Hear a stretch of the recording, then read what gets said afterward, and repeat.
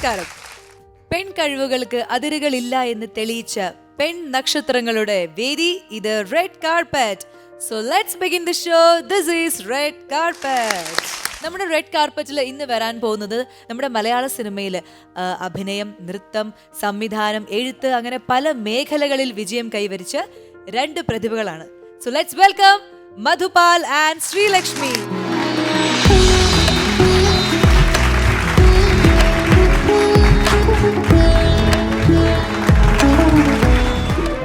Red കാർപ്പറ്റിലേക്ക് സ്വാഗതം. Red കാർപ്പറ്റിലേക്ക് സ്വാഗതം.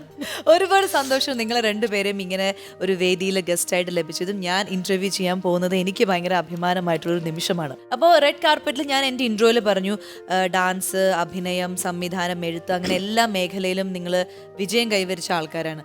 ഇവിടെ അതല്ലാതെ നിങ്ങളുടെ മറ്റൊരു കഴിവും നമുക്ക് കാണാനുണ്ട്. നിങ്ങൾ ഗെയിമിൽ എത്രത്തോളം എനർജറ്റിക് ആണ്, ഗെയിം നിങ്ങൾ എത്രത്തോളം നിഷ്കളങ്കമായി കളിക്കുന്നു, തോക്കുന്നു എന്നുള്ള ഒരു വലിയ കഴിവ്. കുറവൊന്നുമില്ല അല്ലേ ചേട്ടാ? അത് കുറവില്ല. നോക്കവിടെ ചിലപ്പോ കഷ്ടകാലത്തിന് ഈ നമ്മൾ ഡാൻസിലെ ഈ 1 2 3 4 എന്ന് പറയുമ്പോൾ നമ്മൾ കളിക്കണമല്ലോ. ഈ നാലാമത് പറയുന്നതിന് മുമ്പ് ചിലപ്പോൾ കളിക്കാൻ പറ്റിയില്ലെങ്കിൽ തെറ്റിപ്പോകും. നമുക്ക് നോക്കാതെ. അതെ, എന്തായാലും അതൊക്കെ സെറ്റ് ചെയ്ത് ഞാൻ ഇവിടെ റെഡിയാണ്, ഇവരും റെഡിയാണ്. അപ്പൊ നമുക്ക് ആരംഭിക്കാം അല്ലേ? ഓക്കെ. സോ നിങ്ങളുടെ ആ ഒരു കനക സിംഹാസനം എത്തട്ടെ. റെഡി. അതിൽ നിന്ന് നമുക്ക് സാറിൻ്റെ അടുത്ത് ചോദിക്കാനുള്ള ഒരു ചോദ്യം എന്താണെന്ന് വെച്ച് കഴിഞ്ഞാൽ, അതായത് ഒരു സംവിധായകനാണ്, എഴുത്തുകാരനാണ്, നടനാണ്, ഇതൊക്കെയാണ് നമുക്കറിയാം. പക്ഷേ മധുപാൽ എന്ന് പറയുന്ന ഒരു വ്യക്തി, ആ ഒരു മനുഷ്യൻ എത്രത്തോളം ലോലനാണ്, പാവമാണ്, നിഷ്കളങ്കനാണ്, അതാണ് എനിക്ക് അറിയേണ്ടത്. എന്നെ നോക്കണ അല്ല, നീ ലോലനാണ് എന്ന് പറഞ്ഞൊരു സാധനം എനിക്ക് ഭയങ്കര ഇഷ്ടപ്പെട്ടു. ലോലൻ എന്ന് പറഞ്ഞു കഴിഞ്ഞാൽ ഒരു അപ്പൊ അതെങ്ങനെയാ?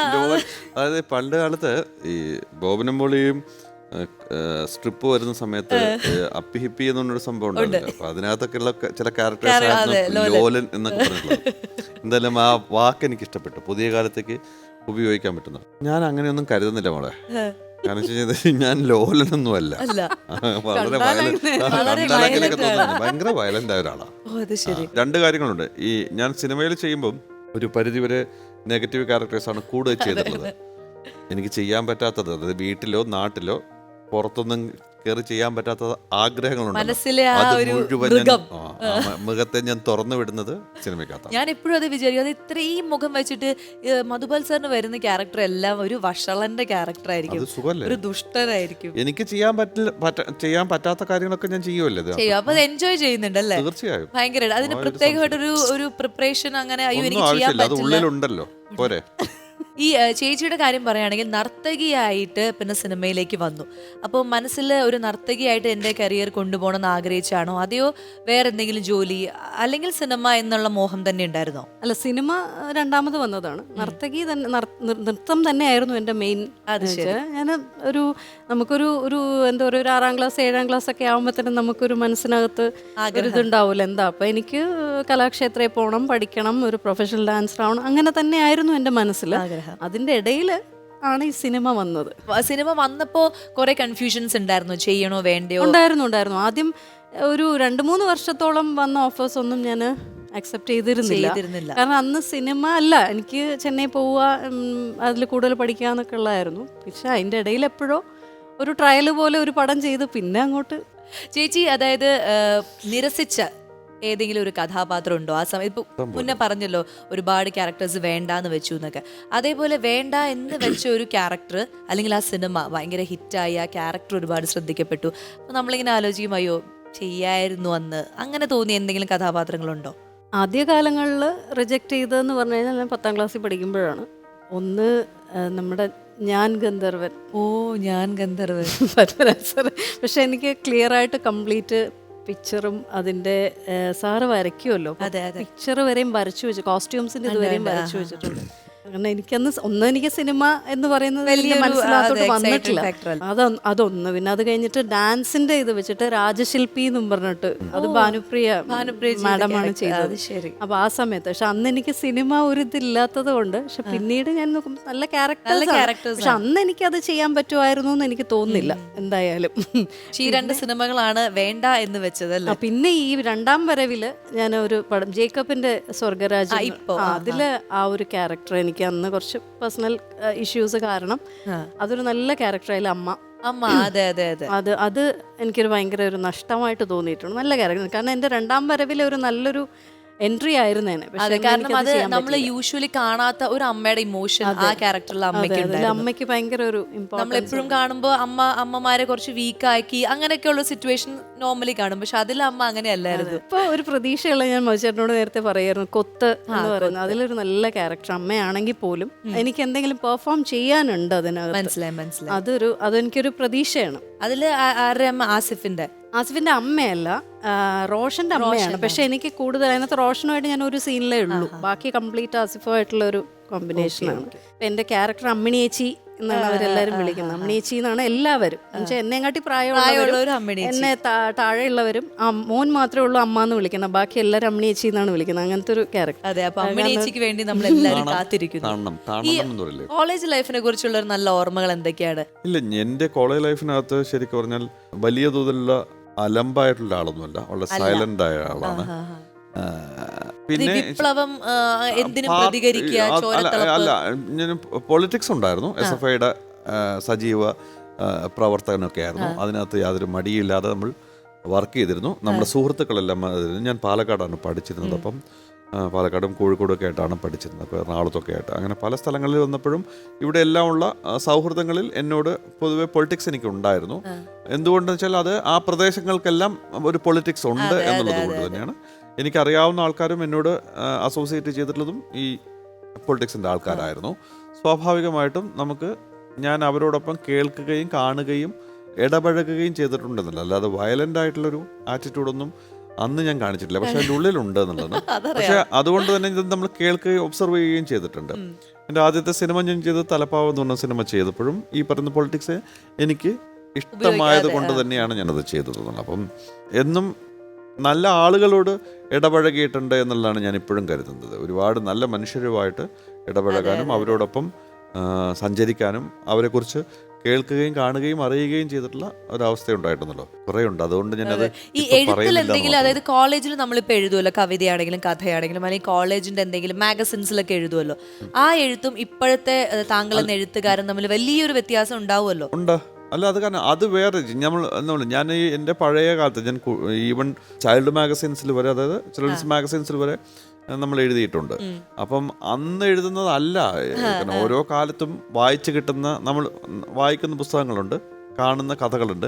എനിക്ക് അന്നും സിനിമ എൻ്റെ ഒരു പാഷനായിരുന്നു. സിനിമയല്ല, എഴുത്തല്ല, സിനിമ കാഴ്ചയും സിനിമ ഉണ്ടാക്കുകയും ചെയ്യുക എന്നുള്ളതാണ്. എൻ്റെ സ്കൂൾ കാലം മുതൽ തന്നെ എനിക്ക് അച്ഛൻ്റെ തിയേറ്റർ ഉണ്ടായിരുന്നു. അപ്പം അതുകൊണ്ട് ഒരു സിനിമ ഒരുപാട് പ്രാവശ്യം കാണാനുള്ള സൗകര്യം അന്നുണ്ടായിരുന്നു എന്നതാണ്. ഇപ്പോഴത്തെ പോലെയാണ് നമ്മൾ ടി വിയിലാണെങ്കിൽ നമ്മൾ കാണുന്നത്. പക്ഷെ മറിച്ച് അതല്ല, അന്ന് തിയേറ്ററിൽ തന്നെ പോകണമായിരുന്നു. അപ്പോൾ അത് ഒരു ദിവസം ഇപ്പോൾ മാറ്റ്നിയും ഫസ്റ്റ് ഷോയും സെക്കൻഡ് ഷോ പകുതിയും കഴിഞ്ഞിട്ടാണ് ഒക്കെ ചില ദിവസങ്ങളിലൊക്കെ തിരിച്ചു വന്നിട്ടുള്ളത്. അപ്പം അതുകൊണ്ട് വീട്ടുകാർക്ക് സാധാരണ പോലെ കുറ്റം പറയാൻ പറ്റില്ലല്ലോ, കാരണം തിയേറ്റർ ഓണറിന്റെ മകൻ. തിയേറ്റർ നമ്മൾ തിയേറ്റർ കണ്ടുകൊണ്ട് തന്നെയാണ് നമ്മൾ പോകുന്നത്. അപ്പം അതുകൊണ്ട് അതൊരു പ്രയാസം തോന്നിയിട്ടില്ല എന്നുള്ളതാണ്. ഈ എഴുത്തിന്റെ കാര്യം പറഞ്ഞപ്പോഴാണ്, കോളേജിൽ നല്ല ഹാൻഡ് റൈറ്റിംഗ് ആയിരുന്നു സാറിന്റെ. അപ്പൊ കോളേജിലെ ബാക്കിയുള്ള സുഹൃത്തുക്കള് എനിക്ക് അസൈൻമെന്റ് ഒന്ന് എഴുതിത്താ മധു, അല്ലെങ്കിൽ എനിക്ക് പ്രേമലേഖനം ഒന്ന് എഴുതിത്താ. നമ്മുടെ ലവ് ലെറ്റേഴ്സ് മറ്റുള്ളവർക്ക് എഴുതി കൊടുത്തിട്ടുണ്ട്, നല്ല അക്ഷരശുദ്ധമായി. അതൊക്കെ എഴുതി കൊടുത്തിട്ടുണ്ട്. ലവ് ലെറ്റേഴ്സും എഴുതി കൊടുത്തിട്ടുണ്ട്, സ്വന്തമായിട്ട് കൊടുത്തിട്ടുണ്ട്. സ്വന്തമായിട്ട് ഉള്ളതിനേക്കാൾ കൂടുതൽ മറ്റുള്ളവർക്ക് വേണ്ടിയും കൊടുത്തിട്ടുണ്ട്. സ്വന്തമായിട്ടും ഞാൻ എഴുതിയിട്ടുണ്ട്. എൻ്റെ ഭാര്യയ്ക്ക് ഞാൻ ഇഷ്ടംപോലെ കത്തുകൾ എഴുതിയിട്ടുള്ളതിനാണ്. ഏകദേശം ഞങ്ങൾ പലപ്പോഴും ആ കത്തുകൾ എൻ്റെ പിള്ളേരുടെ അടുത്ത് പറഞ്ഞിട്ടുണ്ട്. അതൊരു ഏകദേശം ഒരു 700-ഓളം കത്തുകൾ ഞങ്ങളുടെ കയ്യിലുണ്ട് ഇപ്പോഴും. രണ്ടുപേരുടെയും കൂടെ കത്തുകൾ കേട്ടോ ഞാൻ പറഞ്ഞത്, 700-ഓളം അടുപ്പിച്ചിട്ടുണ്ടാവും. ഞാൻ ഇടയ്ക്കിടയ്ക്ക് ചില ഫോണിൽ മെസ്സേജുകൾ എന്നിട്ട് അത് ഡിലീറ്റും ചെയ്യും, എന്നിട്ട് അടുത്ത ദിവസം തേച്ച് കളയും ചെയ്യും എന്നതാണ്. പോരെ, അതാണ് ഇപ്പോഴത്തെ സിസ്റ്റം. പക്ഷെ നമ്മൾ അതല്ലായിരുന്നു. എന്നെ നോക്കി പറഞ്ഞത് ഞാനൊരു തേപ്പുകാരിയാണെന്ന് സാറിന് മനസ്സിലായില്ലേ? അല്ല, അത് അങ്ങനെ തോന്നലുണ്ടാക്കിയിട്ടുള്ളത് കൊണ്ടാണ് മനസ്സിലായി. ശരി, പക്ഷെ ഞാൻ അങ്ങനെയല്ല. സാരല്ല. അപ്പം ഞാൻ അതുകൊണ്ട് തന്നെ ഞാൻ അങ്ങനെ എഴുതിയിട്ടുള്ള കത്തുകൾ ധാരാളം ഉണ്ടായിട്ടുണ്ട്. അപ്പം ആ കത്തുകളെല്ലാം ഇപ്പോഴും നമ്മൾ സൂക്ഷിച്ചു വെച്ചിട്ടുണ്ട്. എൻ്റെ ചില കത്തുകൾ ചില പുസ്തകങ്ങളിൽ അച്ചടിക്കപ്പെടുകയും ചെയ്തിട്ടുണ്ട് എന്നുള്ളതാണ്. ശ്രീലക്ഷ്മി ചേച്ചിയുടെ കോളേജ് ലൈഫ് ഒക്കെ എവിടെയായിരുന്നു പഠിച്ചതൊക്കെ? ഞാനിവിടെ ട്രിവാൻഡ്രത്ത് തന്നെ. അന്ന് പ്രീ ഡിഗ്രി ആണല്ലോ. പ്രീ ഡിഗ്രി കഴിഞ്ഞിട്ട് പിന്നെ ചെന്നൈ ഡാൻസ് പഠിക്കാൻ വേണ്ടിയിട്ട് അവിടെ ആ സമയത്തുള്ള കോളേജ് ലൈഫ് എങ്ങനെയായിരുന്നു? അതായത് പഠിച്ചുകൊണ്ടിരുമ്പോൾ ഡാൻസർ ആയതുകൊണ്ട് കോളേജിലൊക്കെ ഭയങ്കര ഒരു സ്റ്റാർ തന്നെ ആയിരിക്കും അന്ന് തന്നെ അല്ലേ? അല്ലാതെ കോമ്പറ്റീഷൻസ് ആയിരുന്നു, ശരിയാണ്. അന്ന് യൂത്ത് ഫെസ്റ്റിവൽ ഭയങ്കരമാണ്. അപ്പൊ അന്നത്തെ കലാതിലകം, അപ്പൊ ഓൾ സയൻസ് കോളേജിന്റെ ജീവിതത്തിലെ ആദ്യത്തെ കലാതിലകമായിരുന്നു ഞാൻ. അപ്പൊ അത് എനിക്ക് തോന്നുന്നു എന്റെ ഫോട്ടോ എപ്പോഴും അവിടെ ഓഫീസിൽ വെച്ചിട്ടുണ്ട്, ഒരു ഡാൻസിന്റെ ഒരു പോസ്. അപ്പൊ അങ്ങനെ കോളേജ് ലൈഫും സ്കൂൾ ജീവിതവും ഒക്കെ നൃത്തവുമായിട്ട് ഇങ്ങനെ ബന്ധപ്പെട്ട് അങ്ങനെ ഒരു കലാതിലകമായ ചേച്ചിയുടെ ഒരു കലാപ്രകടനം കാണാനുള്ള ഒരു സമയമായിരിക്കുകയാണ്. ചെറിയൊരു പീസ്, അത് നന്ദനാർ ചരിതം എന്ന് പറഞ്ഞിട്ട് പഴയ നന്ദനാര് ഒരു പഴയ ലോ കാസ്റ്റ് ഇതിലുള്ള പണ്ടത്തെ കാലത്ത് അമ്പലത്തിൽ കേറ്റൂലല്ലോ അങ്ങനെ. അപ്പം നന്ദനാർ ഭയങ്കര ഒരു ശിവന്റെ ഭക്തനാണ്. ഭൂമിയിൽ ഞാൻ പൊലയനായിട്ട് ജനിച്ചു, പക്ഷെ എന്നിട്ട് ഞാൻ ഇത്രയും പുണ്യങ്ങൾ എനിക്കൊന്നും ചെയ്യാൻ പറ്റിയില്ല, എന്നാലും ശിവന്റെ നൃത്തം എങ്കിലും ഞാനൊന്ന് കണ്ടോട്ടെ അവിടെ അങ്ങനെ ചോദിക്കുന്ന ഒരു അതിലൊരു ചെറിയ പീസ്, അതിലൊരു 2 മിനിറ്റ് മനസ്സിലായി, എക്സ്പ്രഷൻ മാത്രമുള്ള ഒരു മാത്രം. ഓക്കെ, ശരി, സന്തോഷം. അപ്പൊ റെഡി ആണല്ലോ? Okay, ready. ഭൂമിയിൽ പുലയനായി പിറந்தேனே ഒരു പുണ്യം ചെയ്യാமல் இருந்தேனே சுவாமி உன் சந்நிதி வந்தேனே பவ சகரும் தன்னையும் கடந்தேனே.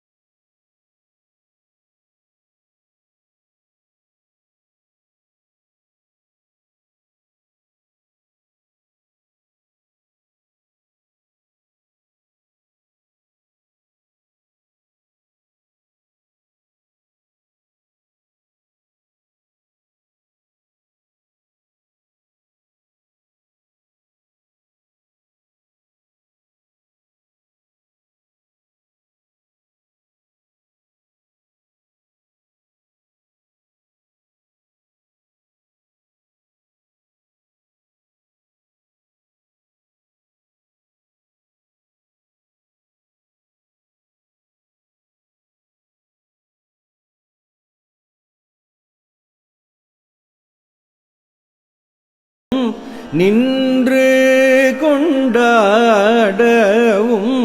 பாடி கொண்டாடவும் பாடவும் அங்கே வருகலாமோ.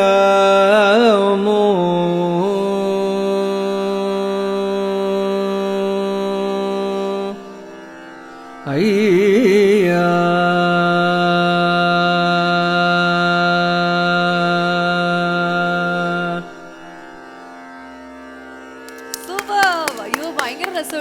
അപ്പോൾ ഇനി നമുക്ക് ഒരു ഗെയിമിലേക്ക് പോകാനുള്ള ഒരു സമയമായിരിക്കുകയാണ്. ഞാൻ ആദ്യം പറഞ്ഞ പോലെ നിങ്ങൾ ഗെയിം കളിക്കുമ്പോൾ നിങ്ങൾ സുഹൃത്തുക്കളല്ല, ശത്രുക്കളായിട്ട് പെരുമാറണം. ആൻഡ് ജയിക്കണം. ഒരാളെ നമ്മൾ തോൽപ്പിക്കണം. തോൽപ്പിക്കാൻ എന്ത് അടവ് വേണമെങ്കിൽ നമുക്ക് പ്രയോഗിക്കാം. ജയിക്കാൻ വേണ്ടി നമ്മൾ ഏതറ്റം വരെ പോവാം.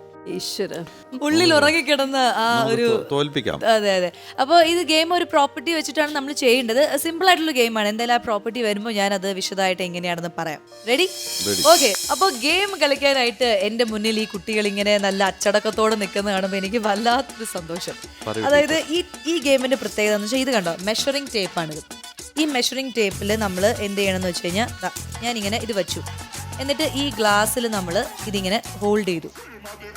എന്നിട്ട് ഈ ബോൾ എടുത്തിട്ട് ഈ ഒരു വരയിലൂടെ ഇങ്ങനെ കൈ ഇങ്ങനെയല്ല, കൈ വിടണം കേട്ടോ. കൈവിട്ടെ. അങ്ങനെ പുറത്തേക്ക് ചാടാതെ നേരെ ക്ലാസ്സിലേക്ക് തന്നെ ചാടണം. Very good. അപ്പൊ ആദ്യം ഏത് കുട്ടി കളിക്കും? ശ്രീലക്ഷ്മി കുട്ടി കളിക്കോ? ശരി, അപ്പൊ എന്നാ ലേഡീസ് ഫസ്റ്റ് എന്ന്. ഇപ്പൊ എന്താ ഇതിന്? ഇതിപ്പോ ഒന്നും ചെയ്യണ്ട, ഈ ഒരു ലെങ്ത് മതിയല്ലോ. ശരി, ഇത് ഞാൻ എന്റെ കയ്യിൽ ഇങ്ങനെ പിടിക്കാം. ഇതിൽ നിന്ന് ഓരോ ബോൾസ് എടുത്തിട്ട് നമുക്ക് റെഡി. സെറ്റ് ആണോ? അപ്പോ റെഡി, 1 2 3 മ്യൂസിക്. അതിന്റെ അടുത്തെത്തുമ്പോ എന്തെങ്കിലും ഒരു ടെക്നിക്ക് ഉപയോഗിച്ച ഇങ്ങനെ ഒന്ന് ഹൈറ്റ് ഒക്കെ ചെയ്ത് ചിലപ്പോ അതിലേക്ക് വീഴും. അയ്യോ, അതെ.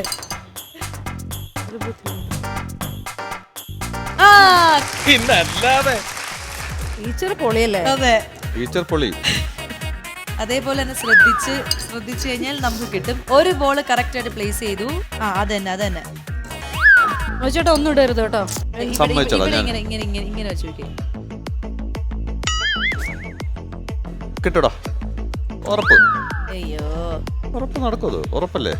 ക്ലാസ് ഇങ്ങനെ ഭയങ്കര ബുദ്ധിമുട്ടാ. Red. ക്ലാസിന്റെ ഇത് രണ്ടെണ്ണം പോട്ടോ. ചെറുതായതുകൊണ്ട്. കേട്ടോ. സമയം തീരാറായി, പക്ഷെ 2 ബോൾ പ്ലേസ് ചെയ്തിരിക്കുകയാണ്. Very good. ഇനി 5 സെക്കൻഡ്സ് കൂടി ഉള്ളൂ. 5 സെക്കൻഡ്സ് മോർ. യെസ്. ആ ഗ്ലാസ് അതിൽ വലിച്ച്, അതൊരു നല്ല ടെക്നിക്കാണ്. ആ ടെക്നിക്ക് വേണ്ടി അത് ഉള്ളതും കൂടി താഴെ പോകും. അതിലുള്ളതും കൂടി. അപ്പൊ സമയം തീരാൻ പോവാണ്. സമയം തീർന്നു. രണ്ടെണ്ണം തീർന്നില്ലേ? അതെ, 2 ബോൾസ് വളരെ 0 ആയിട്ട് പോവാതെ 2 ബോൾസ്. കുട്ടി ഞാൻ ചിലപ്പോ 0 ആയാലും നമുക്ക് അങ്ങനെ കുട്ടിക്ക് ഇങ്ങനെ കളിക്കാനായിട്ട് ഭയങ്കര ധൃതിയായില്ലേ? ശരി, പക്ഷെ നമുക്ക് തോക്കോ ജയിക്കോ എന്ന് കാണാം. ഇത് എന്തായാലും 2 ബോൾ. ഈ 2 ബോൾ വെച്ചോളൂ. ഇത് വീട്ടിൽ കൊണ്ടുപോകും. ഇനി ബാക്കിയുള്ള 2 ആണോ 3 ആണോ അതെയോ 0 ആണോ എന്നുള്ളത് നമുക്ക് അല്പസമയത്തിനുള്ളിൽ കാണാം. അപ്പോ റെഡി അല്ലേ? റെഡി. 1 മിനിറ്റ് സമയമാണുള്ളത്. എവിടെ നമ്മുടെ ഗ്ലാസ്? എവിടെ? ഗ്ലാസ് കയ്യില്. ശരി ടീച്ചർ, ഗ്ലാസ് എനിക്ക് ഈ കുട്ടികൾ ഇങ്ങനെ ഇതായിട്ടിരിക്കുമ്പോഴും ഞാൻ ടെൻഷനായി പോകും. അതുകൊണ്ടാണ്. എവിടെയാണ്? അവിടെ നിൽക്കണം. അല്ലതാ ഇവിടെ. ഞാൻ ഇനി ഈ സൈഡിൽ നിൽക്കും. ദൈവമേ, നോക്കാം അല്ലേ? ഓക്കെ, അപ്പൊ റെഡി, 1 2 3 ആൻഡ് മ്യൂസിക്.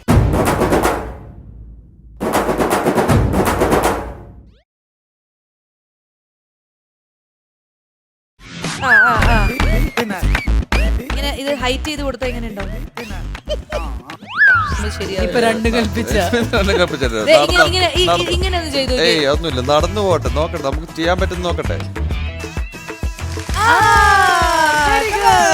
ഇപ്പൊ ടെക്നിക്ക് പിടി. ഇപ്പൊ ടെക്നിക്ക് രണ്ടെണ്ണായി സാർ. നോ.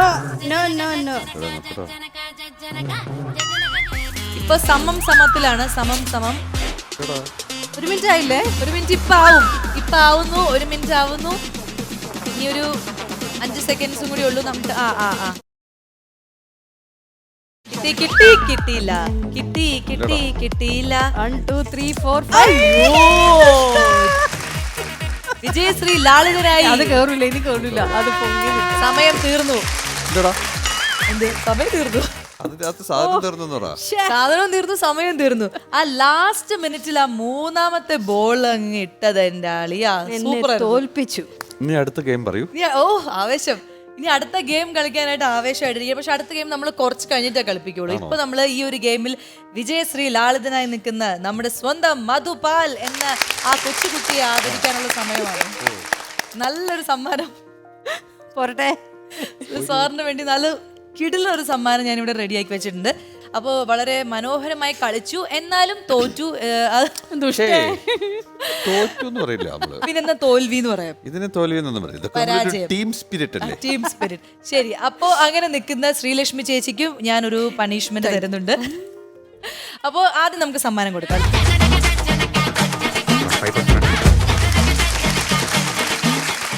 ഓക്കെ, ഇനി പണിഷ്മെന്റ് എന്താന്ന് വെച്ച് കഴിഞ്ഞാൽ നമ്മൾ ചില ചോദ്യങ്ങൾ ചോദിക്കും ശ്രീലക്ഷ്മി ചേച്ചിയോട്.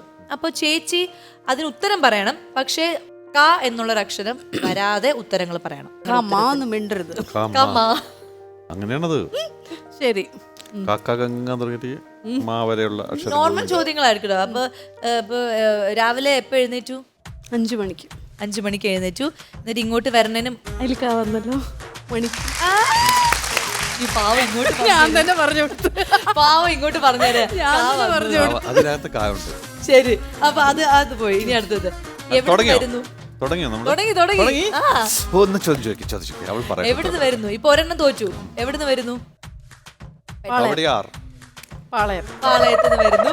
അപ്പൊ പാളയത്തുനിന്ന് വരുന്ന വഴിക്ക് എന്തൊക്കെ കാഴ്ചകളാണ് വഴിയിൽ കണ്ടത്? ബസ്, ആ, സൈക്കിൾ, ആ, കാ. ഓട്ടോറിക്ഷ, ആ, ആ. സൈക്കിൾ. സൈക്കിളിൽ കാ. കാ. ഇല്ലല്ലേ? സൈക്കിൾ. കാ, കാ. പിന്നെ ഓട്ടോറിക്ഷ, പിന്നെ കാർ. ഇല്ല, കണ്ടില്ല. കണ്ടില്ല. എന്ത്? ആ, കണ്ടില്ല. ഉണ്ടില്ല. എന്ത് വണ്ടിയിലാണ് വന്നത്? 4 ചക്ര വാഹനം. 4 ചക്ര. കൊല്ലെന്നെ കൊല്ല്. പറ്റൂല. മക്കളൊക്കെ എന്ത് ചെയ്യുന്നു? വീട്ടിലുണ്ട്. വീട്ടിൽ അവരെന്തൊക്കെയാണ്? വീട്ടിൽ അവരുടെ ഒരു ദിവസം എങ്ങനെയാണ്? മക്കളുടെ ഒരു ദിവസം വീട്ടിൽ കൂടി പഠിക്കാണോ അതോ അവര് എന്ത് ചെയ്യാണ്? എപ്പോഴും സിനിമ കാണലാണോ? പഠിത്തം. TV. പിന്നെ സംസാരം. ആരോട്? എന്നോട്. പിന്നെ വീട്ടില് വേറെ ആരൊക്കെ ഉണ്ട്? 2 boys. 2 കുട്ടികൾ. ഇംഗ്ലീഷ് പറ്റില്ല, മലയാളം. 2 ആരാണ്? 2 ആണുങ്ങൾ. പുത്രന്മാർ. വെരി ഗുഡ്, പുത്രന്മാർ. പിന്നെ ചേച്ചിയുടെ ബെസ്റ്റ് ഫ്രണ്ട്സ് ആരൊക്കെയാണ്? ചേച്ചിയുടെ ബെസ്റ്റ് ഫ്രണ്ട്സ് ആരൊക്കെയാണ്? അയ്യോ, ശാരിക, ശാരി, ചിന്നു, മഞ്ജു, രശ്മി.